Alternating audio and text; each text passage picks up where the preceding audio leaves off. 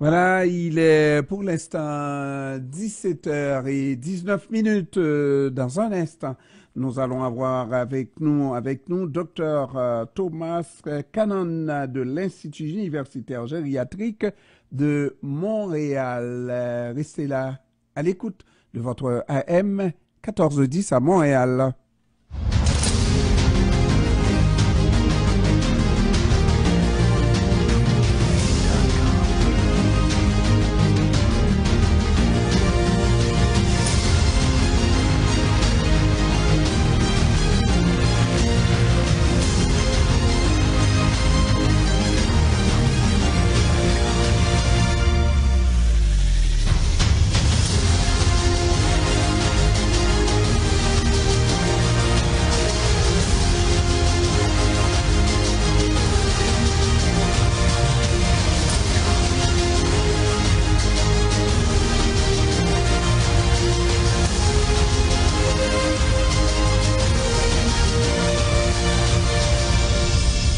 Alors, 17h20, oui, nous avons avec nous Dr Thomas Tanon de l'Institut universitaire gériatrique de Montréal. Bon après-midi, Dr Tanon. Bonjour. Ça va bien? Très bien, merci et vous-même. Oui, très bien, merci. Et puis, ce matin, j'étais très heureux de voir dans le journal qu'on parle enfin d'une lueur d'espoir pour la maladie d'Alzheimer. On ne parle pas de guérison totale, mais on parle de prendre des mesures pour, comment dirais-je, éviter la maladie, se prémunir. Expliquez-nous, docteur Tannen. Bien, en fait, il y a plusieurs niveaux de discussion. Mm. La maladie d'Alzheimer, c'est une maladie qui évolue biologiquement dans le cerveau, c'est une maladie neurodégénérative. Elle évolue pendant près d'une dizaine d'années avant les premiers signes cliniques. Il y a donc à l'heure actuelle deux discussions. La première, c'est qu'est-ce que l'on peut faire pour retarder les signes d'apparition de la maladie, quand bien même elle serait déjà là biologiquement. Mm-hmm. Il y a une deuxième discussion qui est l'apparition progressive sur le marché de médicaments qu'on appelle des médicaments modificateurs de la maladie, qui eux ne sont pas encore autorisés par Santé Canada, mais arrivent petit à petit le temps que les agences de médicaments dans le monde entier donnent l'autorisation, et qui eux peuvent avoir un impact sur le développement biologique de la maladie pour retarder les signes cliniques. Donc dans tous les cas, on est vraiment dans des stratégies de retarder la maladie et diminuer son impact. Et docteur, durant les dernières années, il me semble qu'on ne parlait pas de possibilité de guérison pour l'Alzheimer. Non, en effet.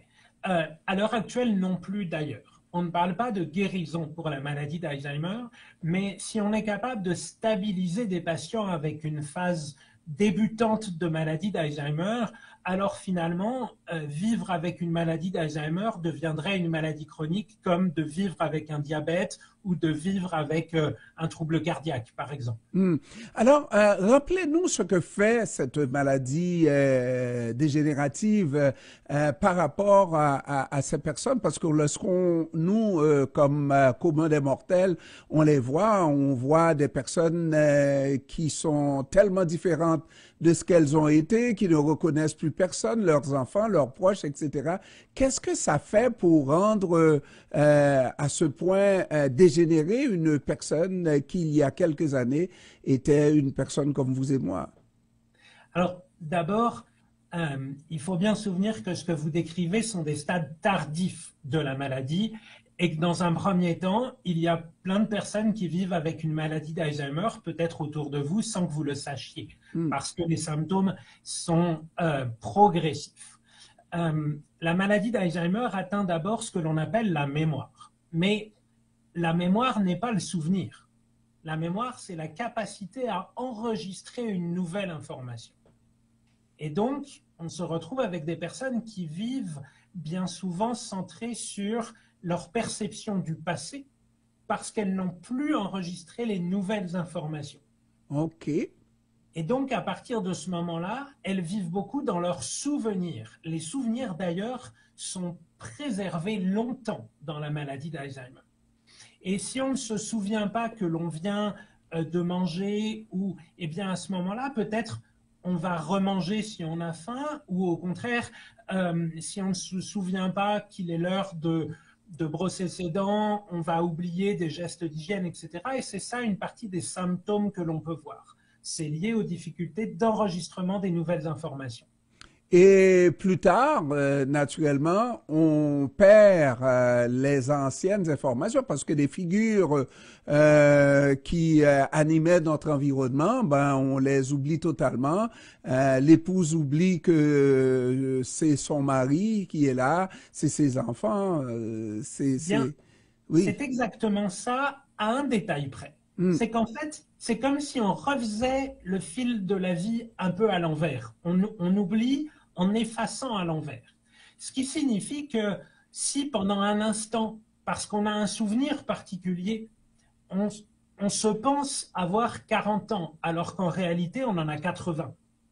La personne qui est en face de soi, qui nous ressemble beaucoup, ou qui ressemble beaucoup à notre conjointe, mais on se dit, ben, elle est en face de moi, j'ai l'impression qu'elle a 60 ans. Ben oui, c'est ma fille, elle a 20 ans de moins que moi. Mais moi, je me pense avoir 40 ans à ce moment-là.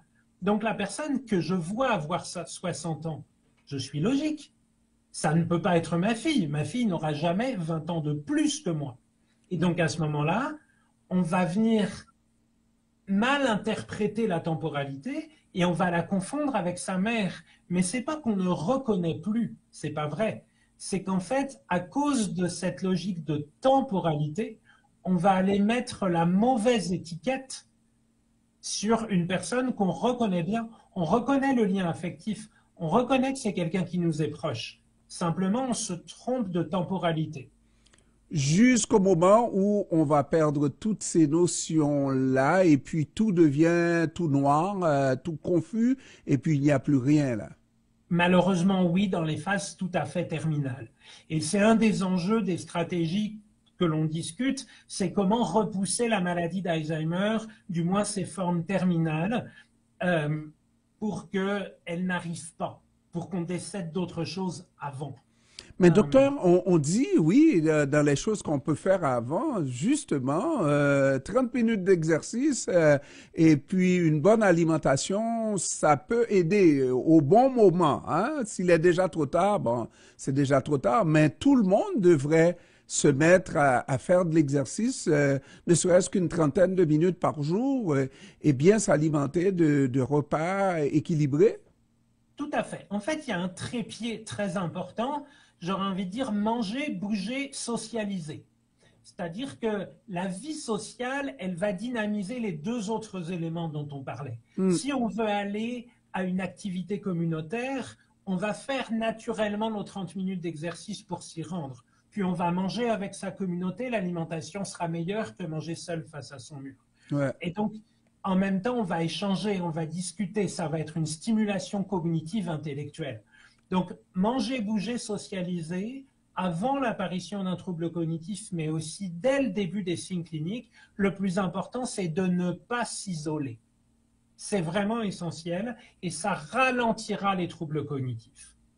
Et c'est peut-être pour ça que les centres pour personnes, pour aînés, sont effectivement des centres prédestinés pour comment regorger de gens atteints d'Alzheimer, qui sont vraiment cloîtrés, souvent très seuls, hein, trop souvent. Trop souvent. Et un des enjeux, c'est en utilisant un certain nombre d'éléments à notre disposition, et je pense notamment au soutien technologique, au soutien communautaire, mais favoriser au maximum le maintien à domicile dans son environnement, dans son lieu de vie habituel, parce qu'il faut aussi comprendre que de se relocaliser dans une institution, c'est apprendre des nouvelles choses, un nouvel environnement. Or, comme on a dit tout à l'heure, la maladie d'Alzheimer, c'est une incapacité à apprendre des nouvelles choses. Donc, c'est un défaut d'adaptabilité, en quelque sorte.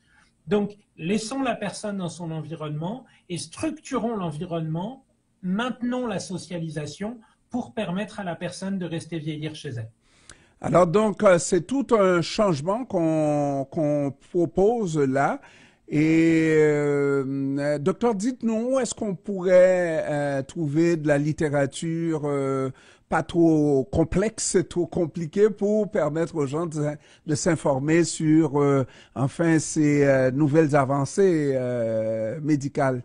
Bien sûr, mais en pratique, votre collègue, et c'est la raison pour laquelle vous m'avez contacté ce matin, vos collègues du Journal de Montréal ont sorti ces derniers jours un dossier complet, et notamment le journaliste Hugo Duchesne a fait tout un travail, y compris auprès de mes collègues chercheurs à l'Institut de gériatrie, sur l'activité physique, sur la nutrition, sur la technologie, sur les nouveaux médicaments, pour essayer d'aborder l'ensemble de ces enjeux. Et puis la socialisation, faut pas l'oublier. Et la Société Alzheimer de Montréal sera ravie de répondre à toutes les questions. Merci beaucoup, Dr Thomas Tanon de l'Institut universitaire de gériatrie de Montréal. Je vous remercie d'avoir pris du temps de nous parler, docteur. Ça fait plaisir. Bonne Merci. journée à vous. Bonne journée et bonne année, docteur. Et bonne année. Au revoir. Au revoir.